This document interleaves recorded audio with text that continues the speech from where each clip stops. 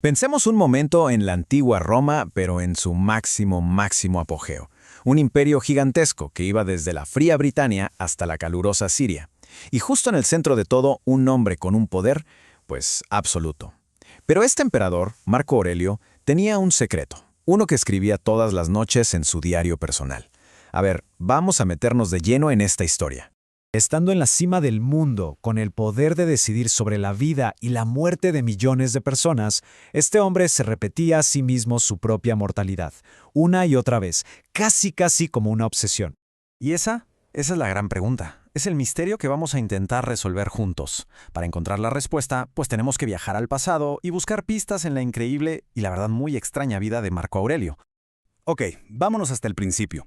Nuestra historia arranca en el año 121 después de Cristo. Marco Aurelio nace en una familia romana de mucho peso, muy influyente, pero, y esto es clave, no nació para ser emperador. Su destino, en un principio, parecía que iba a ser otro completamente distinto. Es que desde muy niño, Marco Aurelio ya era diferente.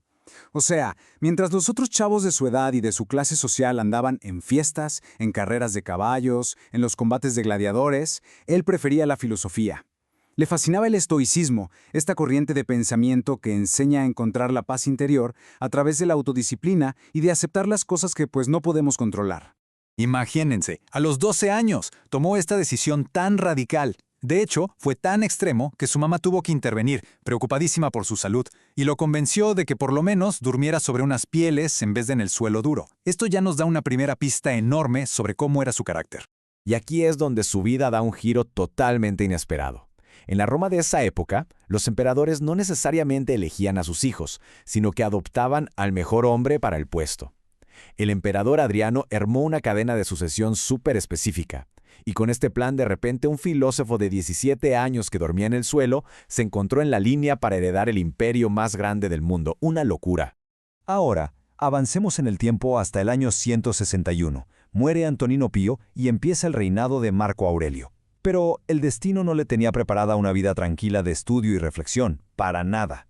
Su tiempo en el poder iba a estar marcado por una crisis tras otra. Y fíjense, su primera acción como emperador fue increíble. En lugar de quedarse con todo el poder para él, decidió compartirlo con su hermano adoptivo, Lucio Vero. Esta decisión, que nunca antes se había visto en la historia de Roma, nos habla de una humildad profunda y de su desconfianza hacia el poder absoluto. Su reinado fue una verdadera tormenta de problemas. Apenas empezó y ya estaba metido en una guerra contra el imperio parto en el este. Luego, de esa misma guerra, sus legiones trajeron una plaga terrible, probablemente viruela, que mató a muchísima gente. Y mientras el imperio lidiaba con la enfermedad, ¡pum!, las tribus germánicas invadieron por el norte. El filósofo tuvo que convertirse en general y se pasó casi todo su reinado en campamentos militares. Fue precisamente en esos campamentos fríos y lodosos donde nació su obra más famosa. Pero ojo, las meditaciones no eran un libro para el público. Eran sus notas privadas, un diálogo consigo mismo. Era su herramienta para no volverse loco, para recordarse sus principios filosóficos en medio de un caos absoluto. Pero los problemas no solo venían de enemigos externos, ¿eh? La vida de Marco Aurelio también estuvo llena de tragedias y traiciones personales que pusieron a prueba su filosofía de una forma brutal. A ver, imaginen el golpe. Avidio Casio, uno de sus generales de más confianza, uno de los más victoriosos, escucha un rumor falso de que Marco Aurelio murió y va y se declara emperador en el este. Una traición tremenda. Todo el mundo esperaba sangre, una venganza al más puro estilo romano. Pero la reacción de Marco Aurelio, bueno, dejó a todos con la boca abierta. Antes de que pudiera siquiera enfrentarlo, los propios hombres de Casio lo asesinaron y le mandaron la cabeza a Marco. Pero él se negó a verla. En lugar de celebrar, lamentó la muerte y perdonó a la familia del traidor. Su respuesta fue la de un filósofo, no la de un tirano. Pero a pesar de toda esta sabiduría, tomó una decisión que muchos historiadores consideran su más grande error. Rompió con esta tradición de los 5 buenos emperadores y en lugar de adoptar al hombre más capaz, nombró a su propio hijo, Cómodo, como su sucesor. Y Cómodo fue un desastre total. Era vanidoso, cruel, egocéntrico, todo lo contrario a su padre. Su reinado fue pero tan terrible, que muchos historiadores lo marcan como el principio del fin del Imperio Romano. Qué ironía, ¿no? El emperador más virtuoso fue sucedido por uno de los peores. Y así, después de una vida de guerras, plagas y traiciones, llegamos al final. Y es justo aquí donde por fin podemos resolver el misterio de por qué este emperador se escribía esas notas tan extrañas a sí mismo. Murió en el año 180, en un campamento militar cerca del Danubio, muy probablemente por la misma plaga.